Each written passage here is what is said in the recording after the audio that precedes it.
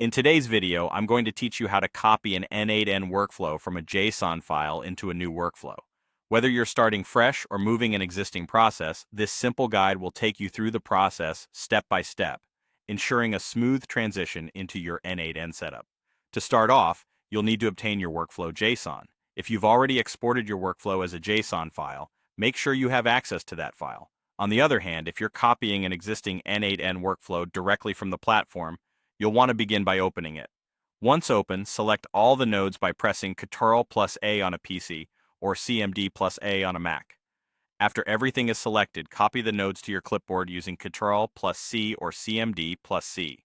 What this does is copy the JSON representation of the entire workflow, which you'll use in the following steps. Now, it's time to create a new workflow within your n8n instance.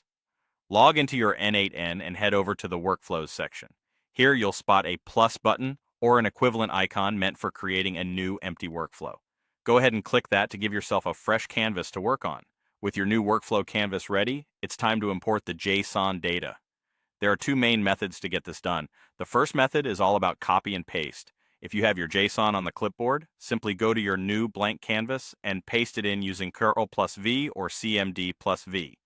Instantly, the full structure of your workflow will manifest itself, ready for further edits or configurations. Alternatively, if you're working from a JSON file, you'll use the second method, importing directly from the file. To do this, click the three-dot ellipses on your workflow canvas interface.